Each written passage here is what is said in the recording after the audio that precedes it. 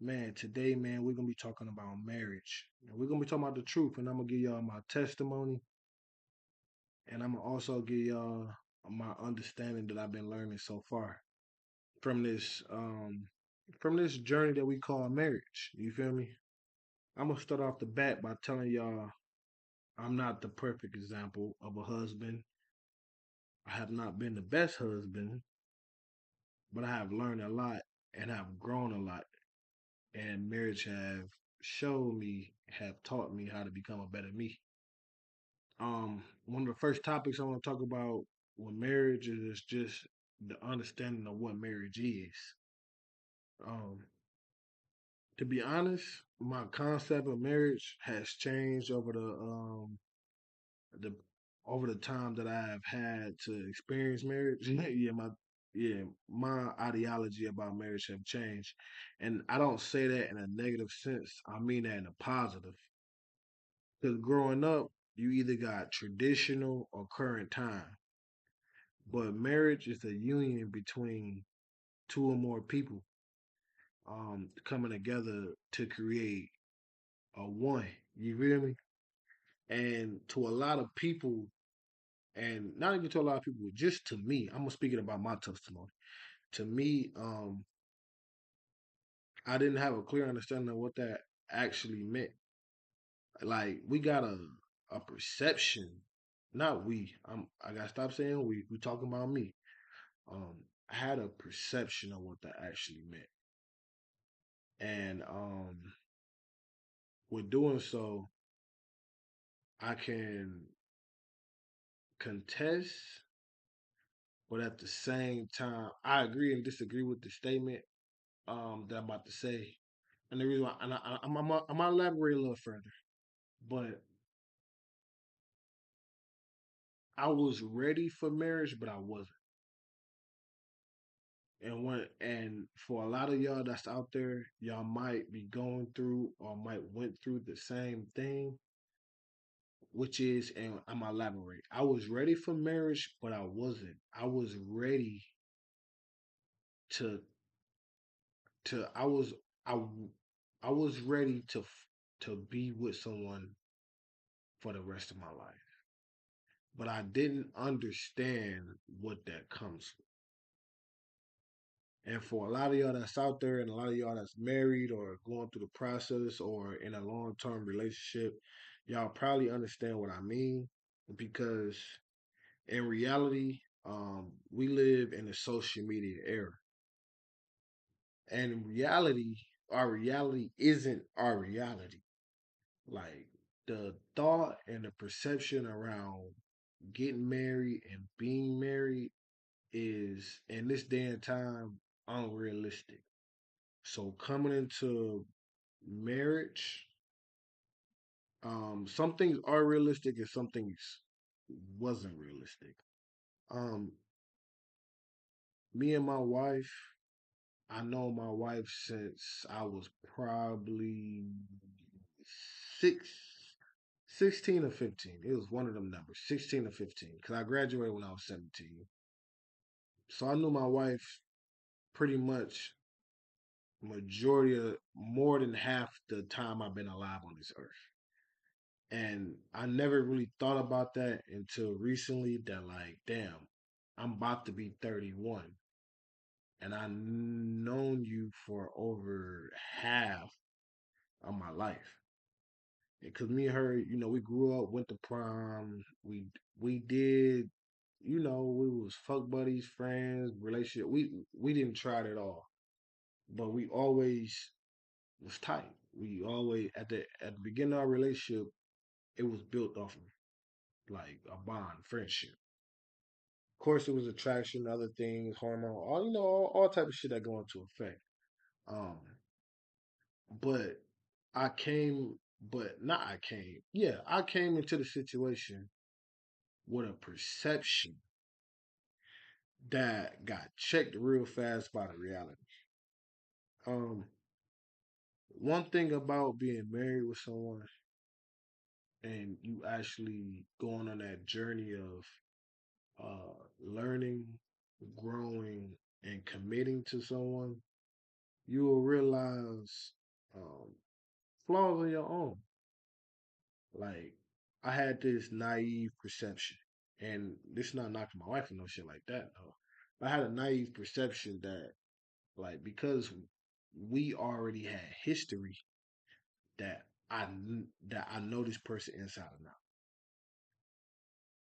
It wasn't until like I feel like I there's shit and things that I didn't know that like I feel like or shit didn't play out.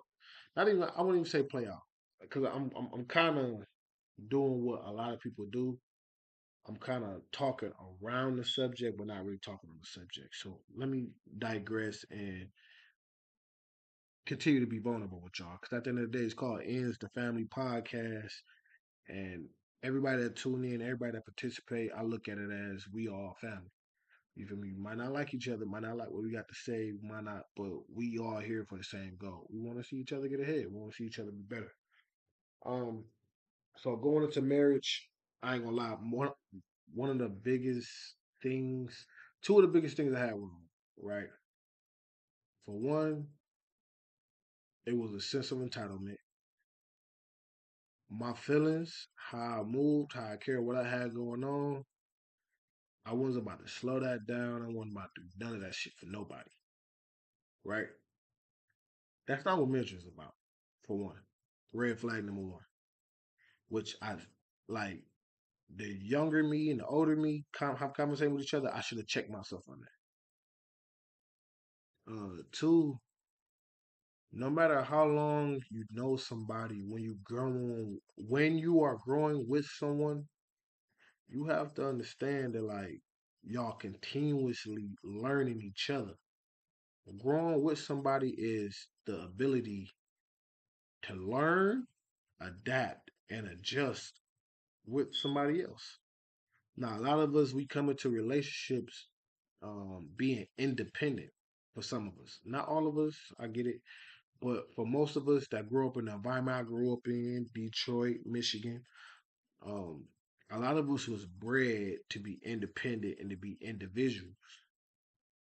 So when you go into not just a boyfriend, girlfriend, but when you go and you take vows to be there through thick and thin, sickness and health, rich or poor with somebody else, honestly, I didn't understand exactly what that meant.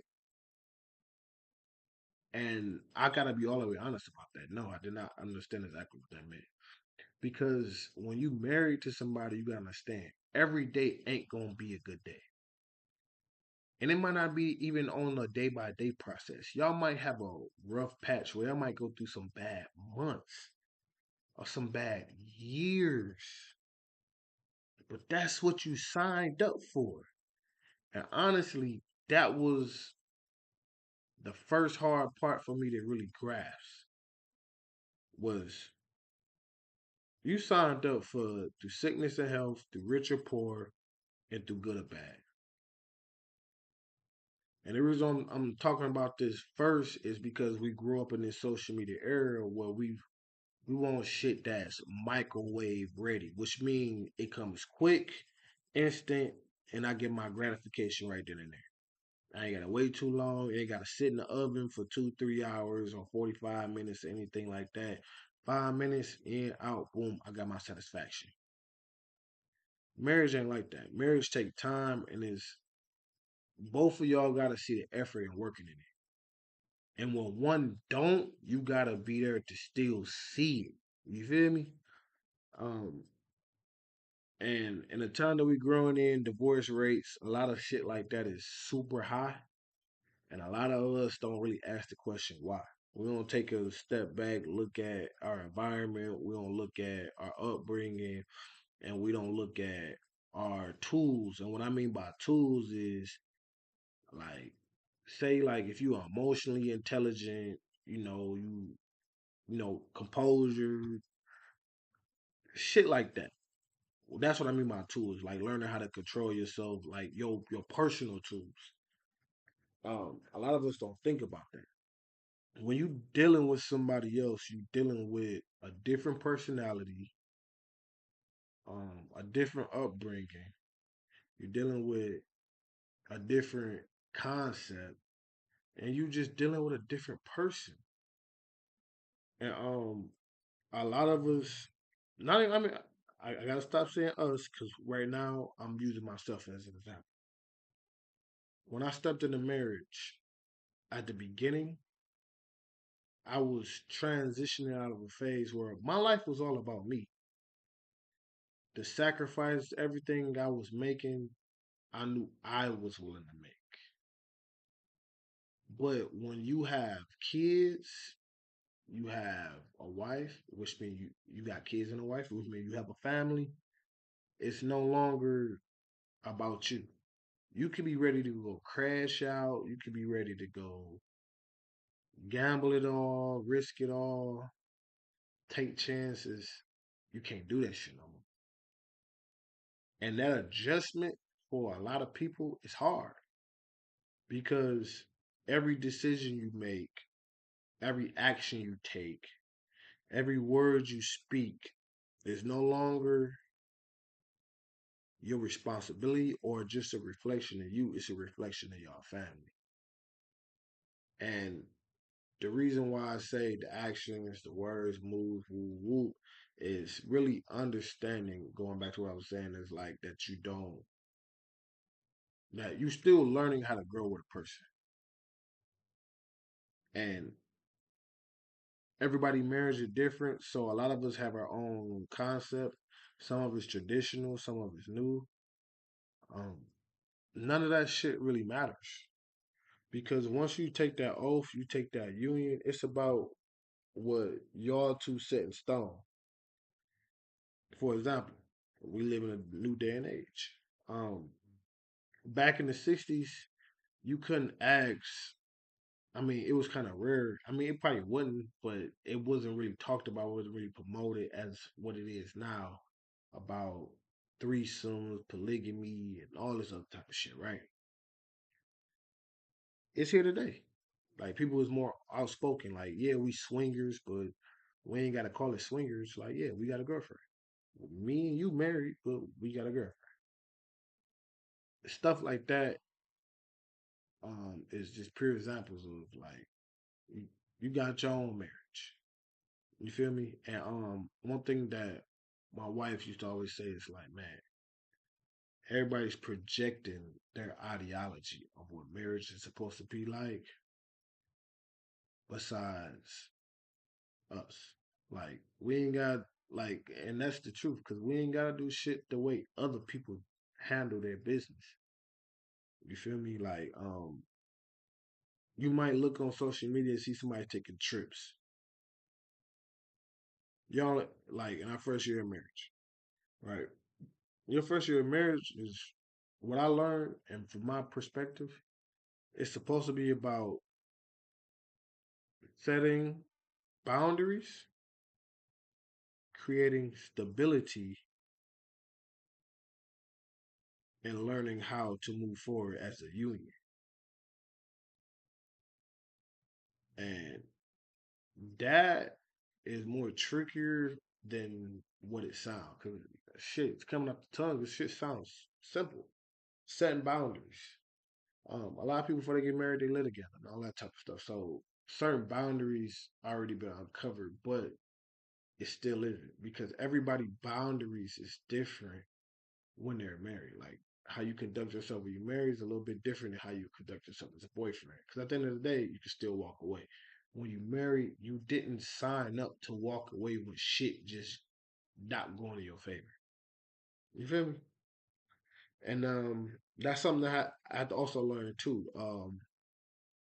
Had to learn responsibility, maturity. You're responsible for somebody else' emotions, feelings, and happiness. A lot of times we be wanting to say, I like me personally, I don't agree with the whole saying it sounds good when it rolls off the tongue and motivates. Oh, you're not responsible for somebody else's happiness. Honestly, from my opinion, when you go look at any biblical or any successful standpoint, yes, the fuck you are. Something that you vowed to do. It's something that you committed yourself to. And happiness is not just putting a smile on somebody's face or making sure that they ain't feeling down right now. My form of happiness, when I say being someone else happiness, is trying to be there for someone and be their catalyst to help them find happiness within their self. And that might go over the top of some of y'all head, but if you think about what I'm saying, if I'm next to you every day and I'm watching you self destruct and I'm just giving you all the tools, which I mean, I'm just enabling you because, hey, I'm trying to be supportive. No, I'm just enabling you to self destruct because that's what you want to do. Um, a lot of times in marriage, you're going to realize it's going to be a lot of push and pull because it's not about what you want to do, it's about what's better for the whole. So, yeah, you might had a bad day at work, come home, you on tip, you ranting, you doing certain things. It's on me to understand that, hey, for one, learn how to manage the situation. Have some emotional intelligence. Don't be so quick to get into your pride, your feelings, your emotion. And be aware of what the other person is going. Because even though you might have also went to work too, and you might not had a good day, they came in on tip, and you want to meet the energy, you want to match the energy. That's not what it's about. That's going tit for tat. Honestly, that's really not what marriage is about. Marriage is understanding that, hey, you came into the house today, you had a bad day at work, you on tip, you got an attitude, you irritable. This ain't a good day for you. But I might not got all the tools to understand how to handle a not good day for you. But let me not hold that shit against you and take that shit as a personal attack. And what I mean by that is, it's like for lack of better words, I ain't down talking and no shit like that, but my wife is not like that. Um, but my wife is very blunt and she don't really hold no punches when she talks. And